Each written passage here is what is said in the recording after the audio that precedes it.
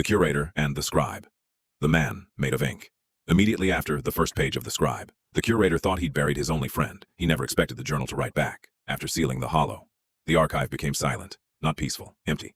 For centuries I walked its endless halls alone. I continued erasing timelines, continued removing books, continued pretending my choices still mattered. Yet every night, I found myself stopping before one shelf. The Scribe's journal rested there, untouched, closed.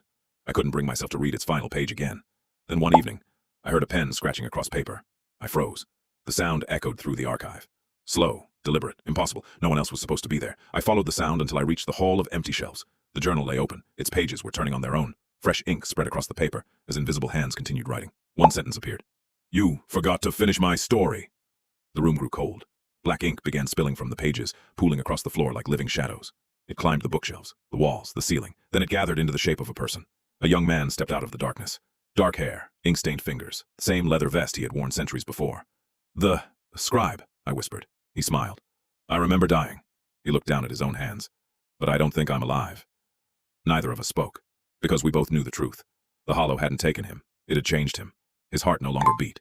His reflection no longer appeared. His body wasn't flesh. It was living ink, held together by the stories he'd devoted his life to preserving. He reached toward me. His hand passed briefly through my coat before becoming solid again. "I can't leave the archive," he said quietly. I tried. The moment I stepped outside, he opened his hand. Black ink dripped from his fingertips onto the floor. I started disappearing. I finally understood. The archive wasn't his prison. It was the only thing keeping him from being erased completely.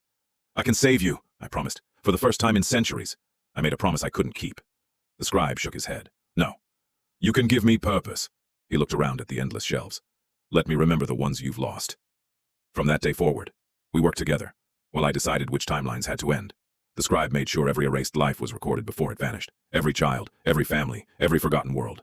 Nothing disappeared without its story being written. But the hollow had left something behind inside him, sometimes while writing. His eyes turned completely black. He would begin recording events that hadn't happened yet. Names of people not yet born. One name appeared more than any other. Lila Morgan. Another followed close behind.